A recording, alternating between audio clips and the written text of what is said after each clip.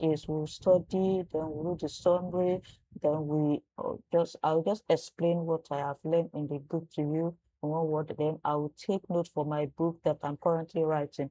The book I'm writing now is a CADABA. The short form is CADABA. The full meaning is Cognitive Architecture Design for Autonomous Business Agents. So it's a fantastic book. I've also written one book, which is a multi-agent orchestration or patterns for enterprise scale system, where I discuss various orchestration patterns and how you can build harness engineering, how you can build around agents to make it governable and secure in an enterprise setting. It's available on Amazon, and of course, I can also show you the book here. Let me see if I have the summary of the book, so you can see it for yourself. The book is here. And then I have the cover image. So let me just show you the cover image. Covers. So you can see this is the cover image of the book. It's a very fantastic book and you learn a lot. So it's available on Amazon, multi-agent orchestration pattern for enterprise scale system. All right, so let's go to our study, follow the pattern squarely. I know it will take us like maybe 2 hours to finish, but we can do it, we can do it, we can do it, guys. We can do it. Let's do this. Oh, just a minute. Let me see. I can share and copy the screen to send to someone.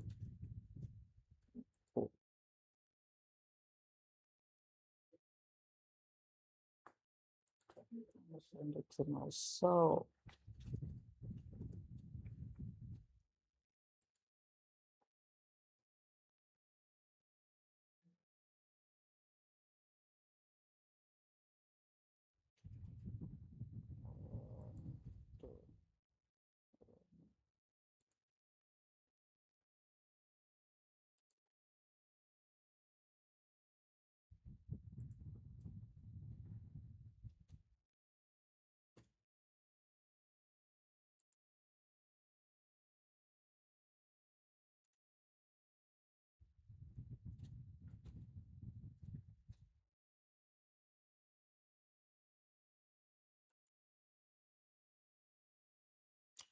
This is just a form of advertisement, guys. So sorry about that. So let's go to our study now.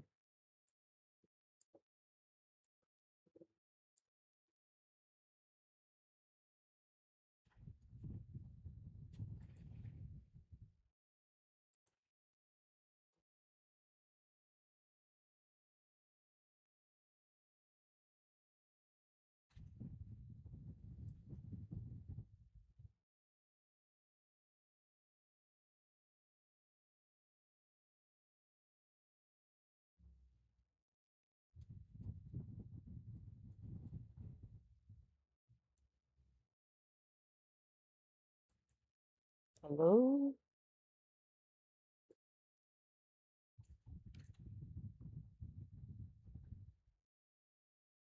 Hello.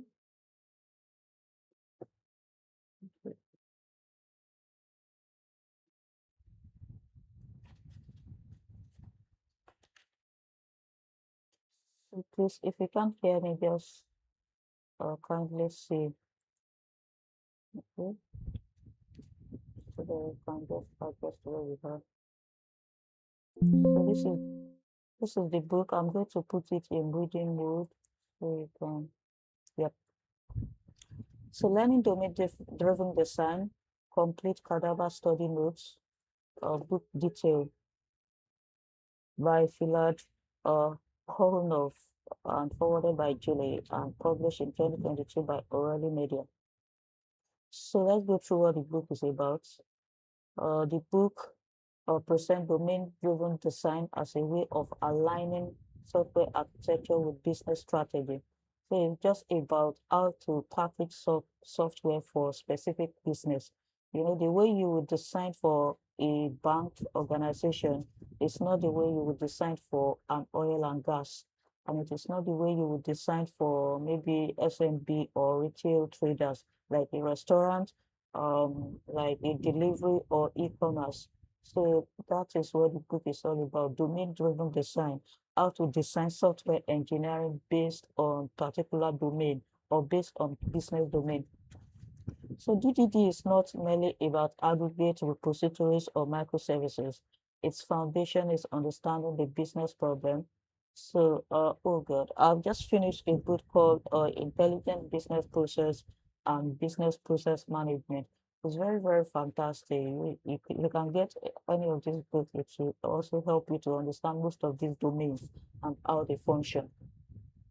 So you design with the understanding of business problem, developing a shared language with domain experts, selecting appropriate models, and matching technical complexity to business complexity. So how to match business problem, uh, how to define a solution with respect to business problem. So for CADABA, cognitive architecture designed for autonomous business agent, this means agent memory, tools, and workflows should be designed around real business capabilities and rules rather than generic AI function. So this is what we have here. So we'll be studying together. During studying, I'll just be I'll not like to disturb. So we'll just study silently. And then after the summary of each chapter, then we'll come together and write and take notes and then explain. I will explain what I have learned to you, and then you can also reminisce on what we have learned as well. Okay, part one, strategic design. So we have analyzing business domains. So study start now.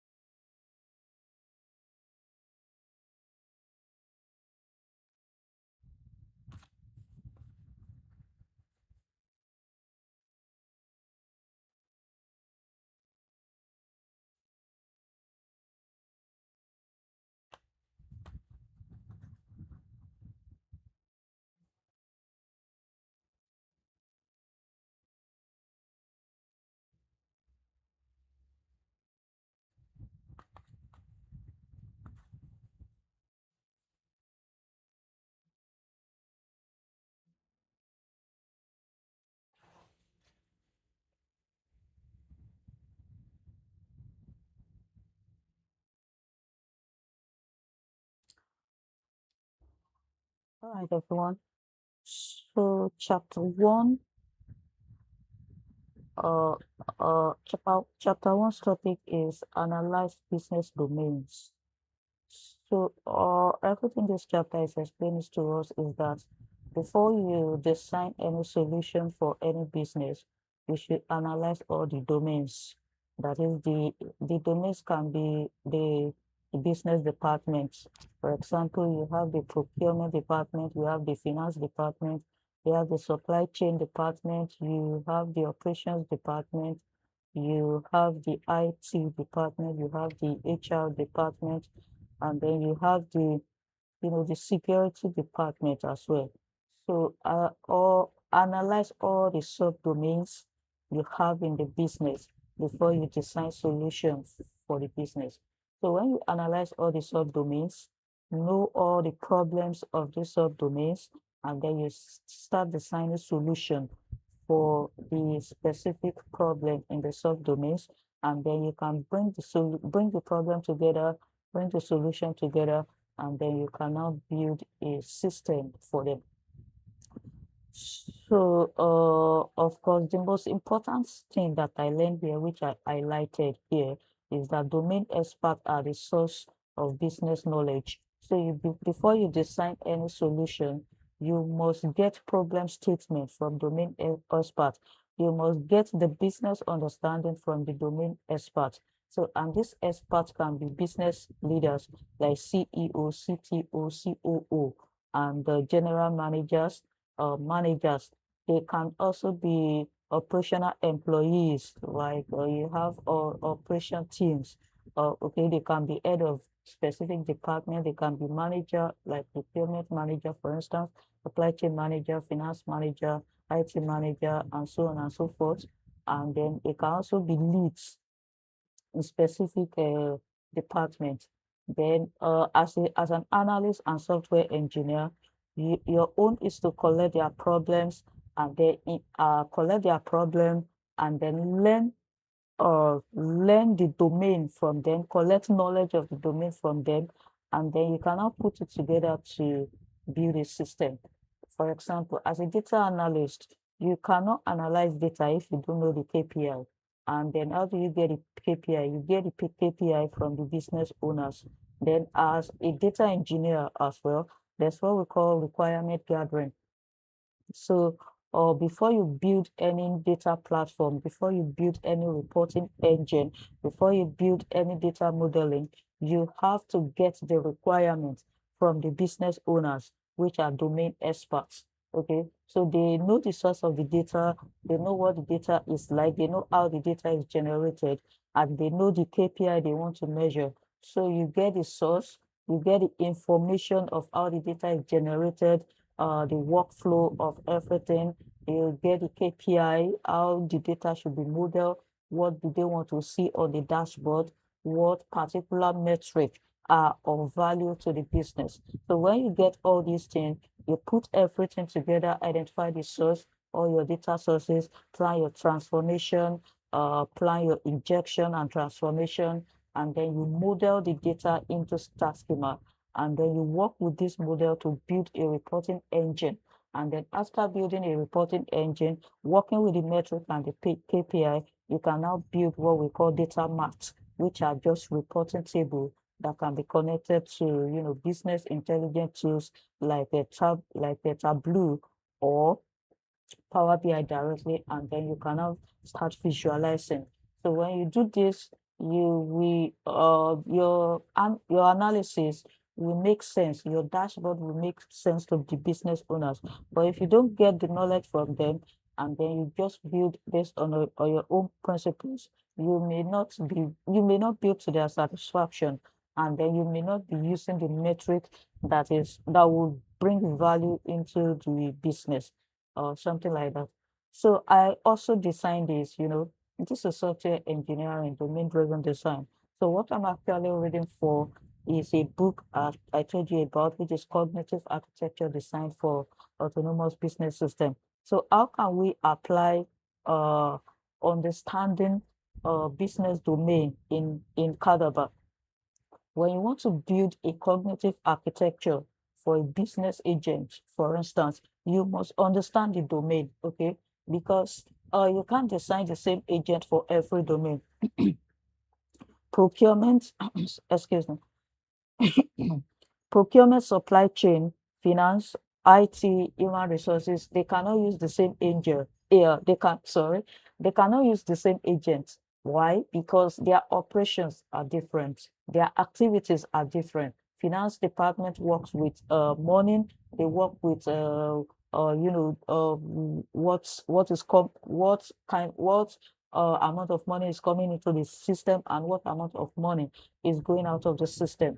Like procurement, they work with a contract and customers and vendor onboarding and the expenses. Supply chain, they work with demand and supply, economic analysis and so on. And then IT department, they work with operation, monitoring, observability, providing IT support. Human resources work with, employee recruitment and employee management and all that. So you cannot design the same agent for all this. No, they need different agents, and then you must understand their business in order to design a cognitive architecture for them. So you must faction their, agents based on their own activities. And that's why we have different agents for different domains. So for CADABA application, so subdomain knowledge is very, very important. And those subdomain knowledge can be what we call the adaptive planning, autonomous workflow recovery, cognitive memory management, because you cannot use the same RAG system for finance and IT operation. Because why? Because the data generated by those systems is different. So you can't use the same data. So you must put this into consideration. The planning system for finance is different from the planning system for IT operation. Autonomous workflow recovery, their recovery system is different. So the kind of recovery system you can design for IT, maybe IT management department, for example, is different from the recovery system for finance. Because if you misprogram anything in finance and the company loses money, you'll be in trouble. You'll be designing for loss. So you can't design the same recovery process. So you must also put that into consideration.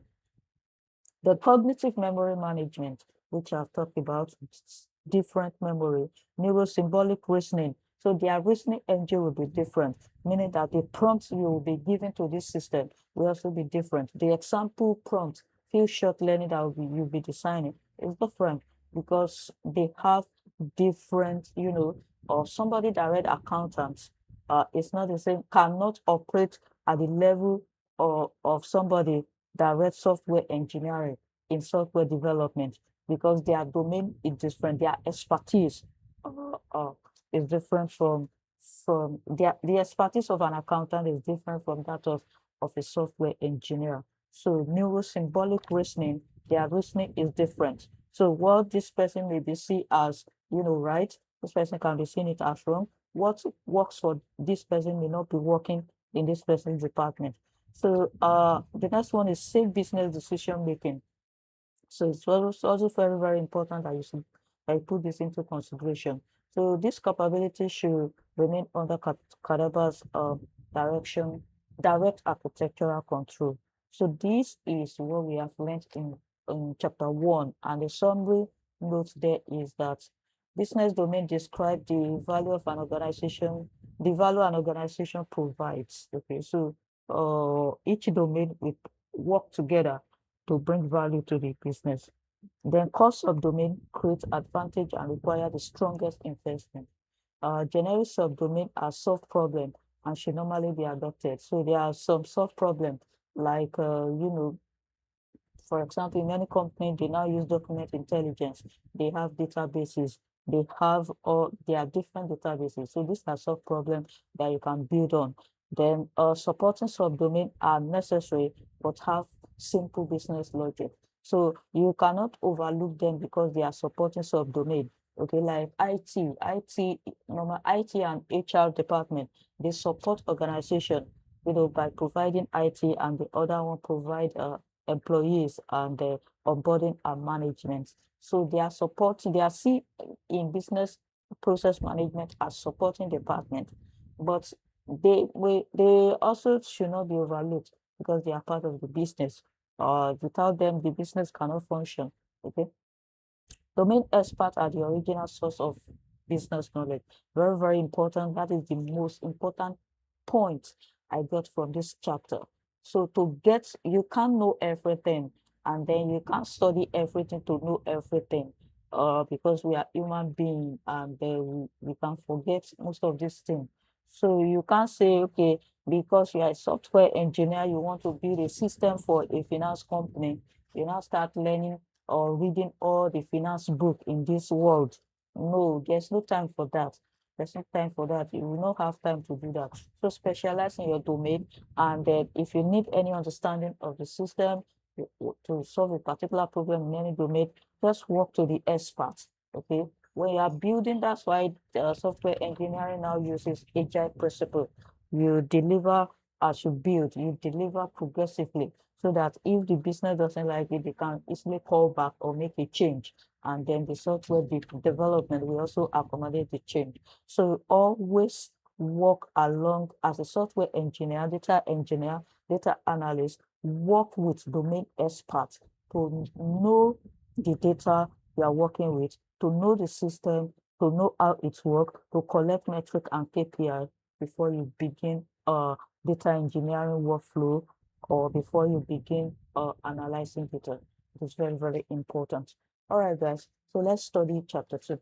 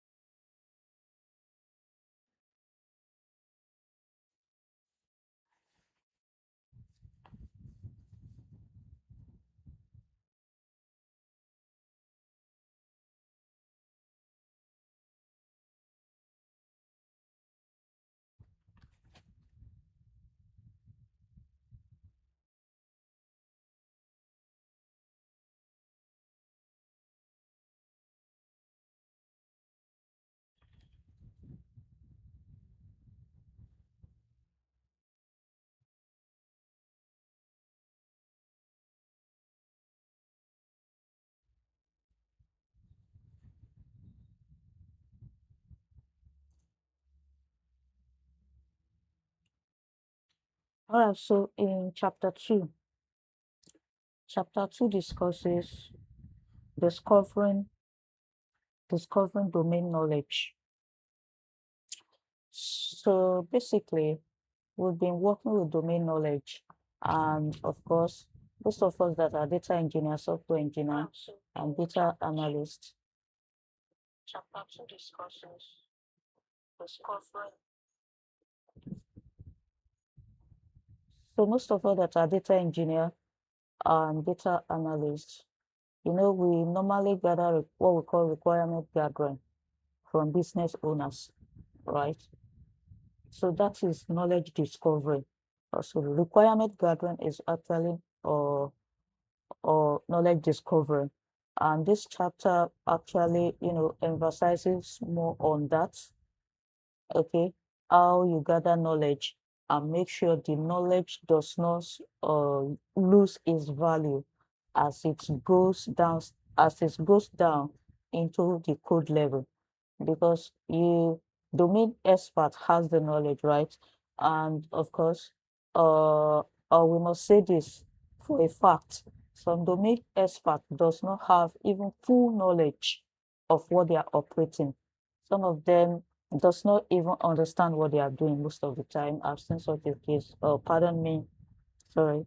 But it's a fact, right? It's a fact.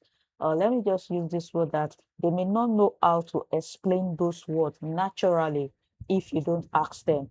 And that is why in requirement gathering, we normally use what we call the Q&A, question and answering. So instead of just allowing them to talk directly, naturally, which may not cover the problem area, which may not give you this full solution, which I've witnessed for a couple of times with my customers. So you can use Q&A. So use Q&A. For example, in data engineering, you ask what is the data source, how is the data generated, what is the what do you currently use to generate the data or to manage the data? Is it Excel? Is it CSV? Do you have a repository where you store the data and so on and so forth? And then you begin to question them. You begin to question them. What are the specific columns that are of value to you in the data? What do you want to see in the visualization? What value, what KPIs do you normally measure? And who do you report to when you generate your report? Who do you give your reports to? You see your head of department, you see the CEO, you see the CTO, and so on and so forth. So those are requirement gathering. So to get the best of knowledge from domain experts, we can use Q&A to drive, their explanation. So this will enable you to also get, correct explanation for your development or for your design and for your, solution, for your proposed solution. So it from what I learned from the book, so it says that knowledge is often tacit, which we have explained. Domain expert may not have explicit considered exceptional cases. They may not have knowledge of the exceptional cases. They may not have knowledge of complex situations that they even want to solve. So questions and modeling can therefore help both engineers and experts to discover new business knowledge. So it's very, very important. Or design your requirement gathering, gather some questions that you want to ask them to expose these areas so you can understand the business better. So of course, from the summary, we have the first one: software development depends on learning the business problem. So your first thing is to learn the business problem. And how do you do that? You design a questionnaire for the domain expert, or you go directly to them and let them explain the problem or their problem to you using question and answering. The repeated translation of requirement cause knowledge loss. When knowledge move from domain experts to software developers or to software engineers, then to code, and then to reports, it loses its value. So for example, if you don't write down the correct information from the domain expert, and then you transform what you wrote into code, and then from code to reports, the knowledge will depreciate, it will lose value, and it may not even align with what you are trying to solve. So you must make sure that you take record. You can record them as they are speaking. Thank God we have AI now. You can use AI to record them, and then get summary of this information by using AI summarization, and then you can design the architecture from what you have gathered, and then you can show them the architecture that this is what you have, and then you can build a model, and then you build your code, and then you deploy, and then you show them a pilot or a POC of what you have designed. So repeated translation of requirement cause knowledge loss. Every stakeholder should use one shared business knowledge. So every stakeholder should use one shared business owner. So stakeholders, are individuals that are combined together in a project in order to drive the project, or to solve the or to design a solution for a project. So for example, the business expert, the domain expert is a stakeholder. Okay, your project manager is a stakeholder, project sponsor is a stakeholder, the software engineer that is designing or developing is also a stakeholder. Your developers that are working under you as a software engineer, they are stakeholders. Even the data analyst is a stakeholder. So everybody in the project are stakeholders. There is no junior. Okay, everyone is a stakeholder. So all stakeholders should work together and use shared knowledge. Not that a domain expert have different knowledge, the software engineer have different knowledge, the developers have different knowledge. We'll be building different solutions. We'll be designing a solution that will not solve the business problem. So a useful model contains only details needed for its purpose. So make sure you keep the details that is needed for the project, the details that is needed for the business domain. Do not mix it up with another detail. The ubiquitous language must evolve as new knowledge emerges. So, of course, when you, let's come into agile project management now. So for example, when you design a software, and the business domain, the business expert or the domain expert decided that, okay, we are no longer, this method is outdated. We want to change our approach. We have a new problem that we want to solve. So the one that we have designed for, it doesn't actually work again. And then you can't be rigid and say that, oh, you cannot change the system. You have to accommodate the change, and then you accommodate the new problem and the solution to the problem, and then redesign your system, refashion your code, modify the code to suit what they have, and then you deploy again. Because as a software engineer, you cannot build a rigid code that cannot be changed. So make sure it's flexible and agile. So let your development accommodate changes. Okay, because as a data engineer, you have collected metrics, you have modeled the data, you have built the data mart, and then the business owner now comes and say, oh, look, Fuke, this metric I gave to you earlier is no longer valid. So we have a new metric that we would like to measure, and then we have a new model that we would like to develop. I will not say, okay, because I've built this model, this thing cannot be changed. No, I have to go back again, start the transformation, model to what they want, and generate the data map based on the new KPI and metric that is given. So this is how software engineering flows. It is agile, and then you build and accommodate changes. So applying this to what we are actually studying for, which is CADABA, cognitive architecture design for autonomous business agents. What I particularly learned here is these two lines here, so which are very, very important. So CADABA require a governed ubiquitous language for agent goals, tasks, cases, plans, policies, evidence, approvals, exceptions, compensation, and outcomes. Okay, so you must use a governed ubiquitous language, use a governed business language, okay, for your agent goals, task cases, plan policies, evidence and approval, and so on and so forth. So this concept must mean the same thing in agent prompts. So you must bring this business language to your agent prompts, to message schema, to memory record, to your RAG database, to policies, to user interface, and to your source codes. So the business code must be everywhere in your agentic system design.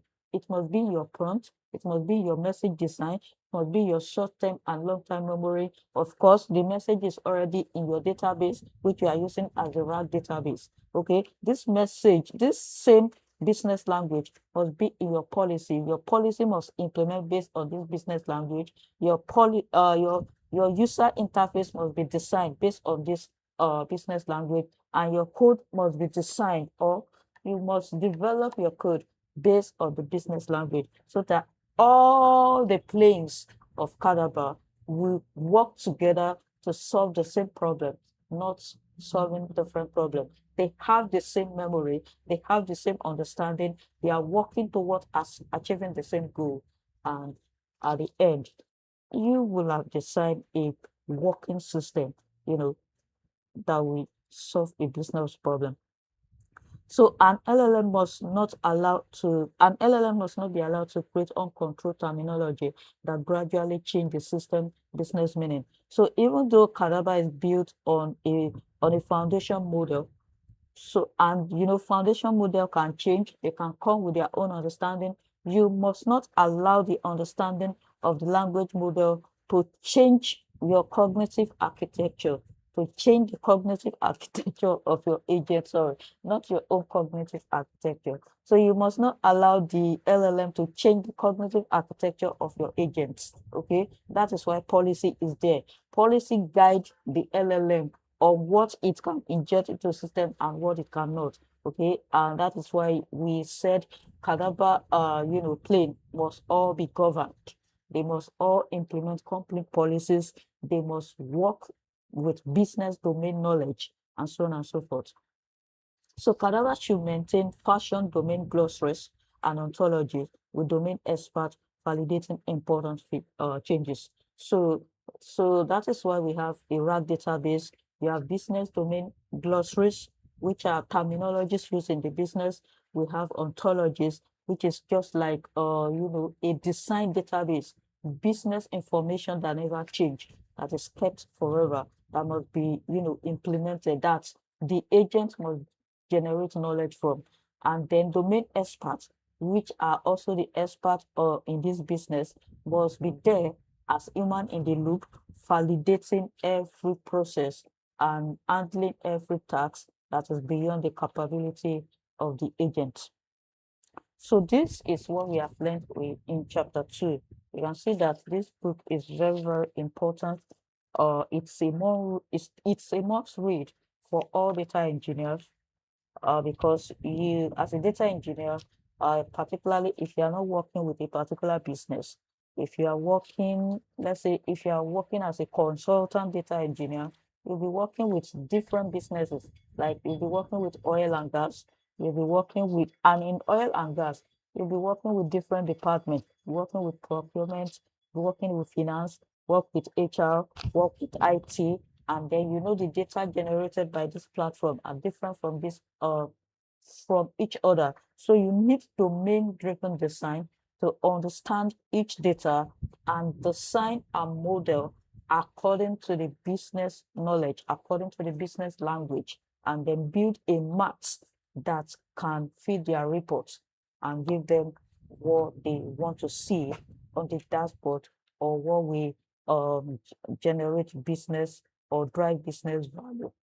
So it's very, very important. All right, guys, let's start this chapter 3.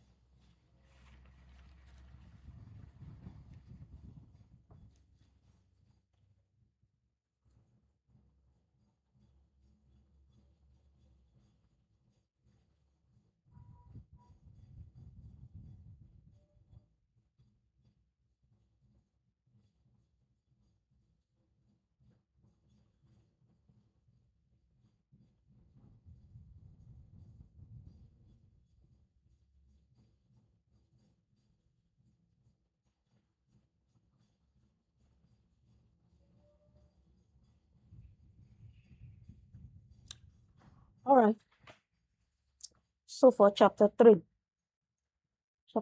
talks about managing domain complexities. So as we have said, in enterprise, you have many domains, you have many departments. So how do you manage the complexity of this domain or of this department as a software expert or as a software engineer or a data engineer? So I'm always using data engineer as an example because I've worked in an organization. Of course, I work with Seplat. I was a data engineer consultant at Seplat for about 2 years. Okay. And I work with different departments. I work with finance, procurement, supply chain. I work with HR. I work with operations. I work with IT. I work with security team. I work with production departments. So, I work with various data, various data. So that's why I'll be using data engineering as an example because this apply to data engineering even more to me than software engineering. Okay. And of course, this agentic system engineering builds on data engineering directly. They are very close. They are very close. That's why I like agentic engineering. It's very close to data engineering. So chapter 3 talks about managing domain complexities. And the 5 summary we have are a model is valid only within an explicit context. The same word may have different meanings across bounded contexts, and subdomains are discovered, but bounded contexts are designed. Okay, so one team should own each bounded context. Smaller context improve focus, but increase integration overhead. So this is very important, guys. This is very important. So when you are working with businesses, so managing domain complexity is very important because you gather requirement from HR, finance, um, IT, legal teams, operations, security, everything, and then you match this requirement together. You'll be building a system that cannot function if you make this requirement together. So you should implement what is known as bounded context. That is, separate the context of each domain from each other. Do not combine them. Do not combine them. So as a data engineer, you collect requirements from legal department and you are getting data from them. So make sure you model the data, transform the data, build the metric, and using the metric and KPI, build a data model and a data map that is designed specifically for them. Do not build a dimensional model of a legal department, connecting it with finance department, connecting with IT department, connecting with HR department. No, it doesn't work that way. So you should implement bounded context when you are building. Do not mix the data of a legal team with the data of HR team, even if there is some element of interconnectedness between them.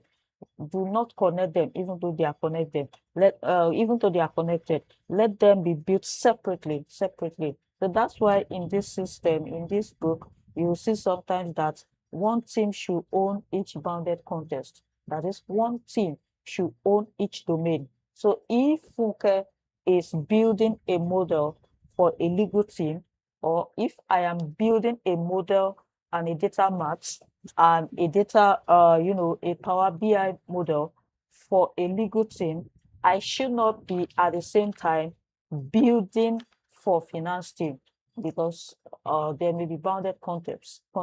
There may be mixed of information. So I may cross the boundary of legal data into, I may cross from the boundary, I may move outside the boundary of legal data into finance data if I'm combining them together and working and designing them together. And even if I'm designing, for example, in Fabric, you will not use the same workspace we are using for finance or legal operation. So there should be separation of concern. All context, all business domain operation must be bounded. So you must not mix them together, and different teams should be assigned. So if one team is working on finance, the same team must not be working on legal. The same team must not be working on IT. The same team must not be working on HR. The same team must not be working, with other departments. So they should be specialized so that they can be focused. And, the context and the requirement they have gathered will become their second nature, and everything they are designing will be focused on that requirement so that they can generate the output that is meant to solve that particular business problem. So this is what is meant by bounded context. Operate within the domain knowledge that you have gotten.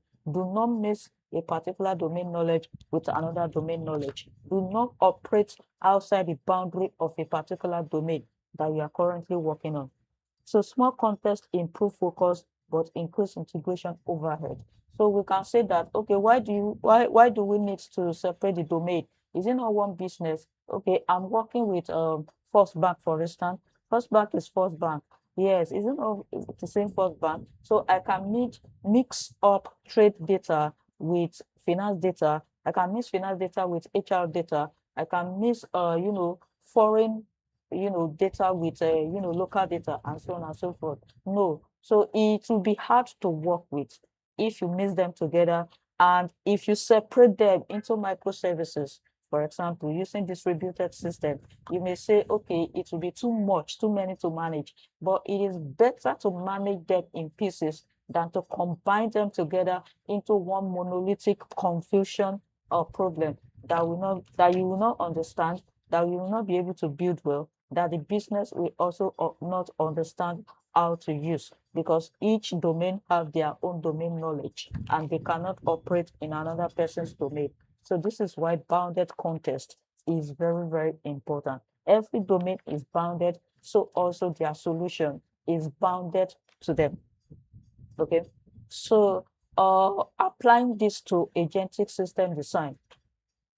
So you can see this line, CADABA should not use one universal enterprise agent model. Okay, CADABA should not use the same collection of agents for procurement in compliance. The same collection of agents for compliance cannot be used in finance. The same collection of agents used in finance cannot be used in legal or department. The same collection of agents used in legal department cannot be used in IT operations. So you should make sure you design bounded agents for each domain. Every agent meant for procurement is bounded to procurement. Every agent meant for finance is bounded to finance. Every agent meant for IT operation is bounded to IT operations and cannot be used for HR. It cannot be used for finance, cannot be used for security, and so on and so forth. So you can see the importance of bounded context. It helps you operate within the business context so that you will not mix a particular business domain context with another domain context, which will, be expanding the solution beyond what the business actually require. And, it can even be generating more costs. So who knows? Okay, so a context can initially remain a module in a modular CADABA runtime.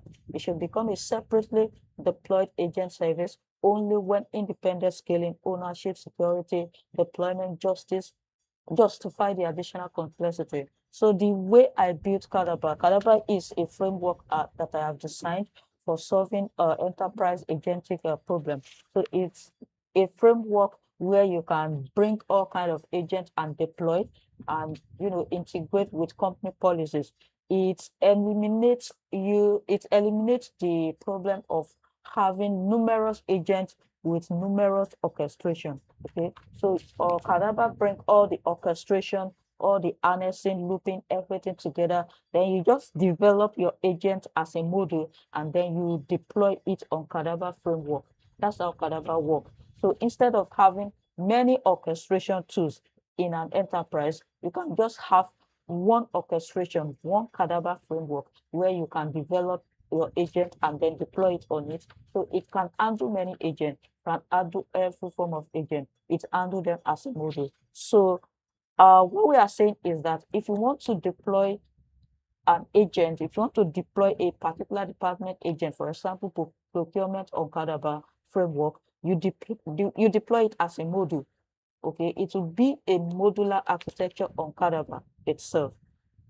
Then the only time you should deploy a framework for an agent is if the agent is very, very large. If they have become swarms of agents, for instance, and then the business have the capacity to take ownership, to scale it independently, to secure it, to and to maintain it independently of other agents. That is why you can now deploy a framework for that agent and deploy it separately from other business agents. So that is how bounded context apply to agentic system design. So every agent is limited to where they have been designed and cannot be used in another business domain.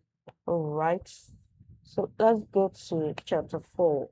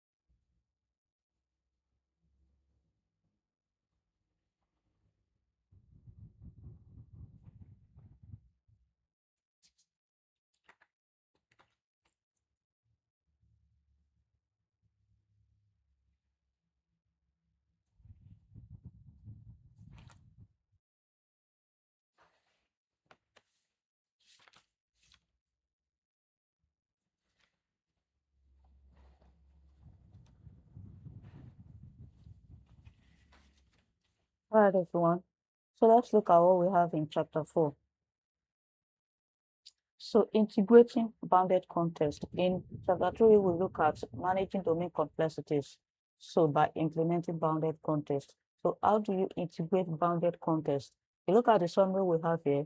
Bounded context collaborate through explicit contract. And what is contract? So contract define what crosses their boundaries. So contract define what actually crosses the boundary of bounded context. So contracts can be, you know, entities that business domain have in common. So if bounded context will cross each other, that is, if domain principle, if domain application must interact with each other, they must interact through contracts, which define what they actually have in common. You understand? So the contract is what business domain have in common. And if they must interact at all, if the applications must interact, they must interact through the contract. So the business contract tie business domains together. Partnership and share kernel require strong team cooperation. So in domain partnership, so through share kernel, so there must be team cooperation. So the team must understand how the domains are connected, and the team must also understand the contracts between each business domain so that they can interact together. For example, when I was working in Seplat, I told you I work with various departments. For example, I'm a data engineer and I sit in IT department. So I work if I want to work with anyone in procurement department, they will have to come to me through the IT manager and through my line manager to get me to work in their department. So that is just like the bounded context, because an engineer cannot sit in a procurement department because I am not a specialist procurement data engineer. I'm just a generalist data engineer, and I sit in IT department, for example. So in terms of data domain, so if procurement data is to connect with finance data, they will connect through a shared, primary key or foreign key, or a shared ID that connects those data together. And that ID is now what is called contract here. So an anti-corruption layer protects a consumer from a foreign model. So this is just saying that this is just throwing more light on how you should or prevent one domain from corrupting another domain. So you can design an anti-corruption layer. So you can design, even though the bounded contexts are connected through contracts, there must still be, a boundary that the contract cannot cross. There must be a rule that will say, okay, this contract can only go to this length. It can't cross beyond this length to another length. So you should design an anti-corruption layer to protect a consumer from a foreign model. An open host service exposes a stable published language. So if you are using one platform to host one domain application, and you use the same platform to host another domain application, they can expose each other's model to each other, and therefore there can be corruption or loss of information or exposure of things that they are not supposed to see. So you should make sure that you design anti-corruption layer to prevent this. For example, in data engineering, there's what we call the role-based access control. So if I give access to a particular finance data match to somebody, I cannot give this access to that data match. I cannot give an access to somebody in HR, so access finance data match, for instance, because it is not their data, and that data is not within their bounded context, so they must not have access to it. So a context map shows both architecture and team relationship. So you can use an architecture to show context map. You can use an architecture to show how, how one department or how one business domain connect with another business domain, so that this map, this architecture and map will show the relationship between them, and they will not connect, they will not form another relationship outside that predefined relationship to work with each other, or to access each other's application, or to access each other's data. So there must be a context map that will connect those domains together. So how do we implement this in agentic system design?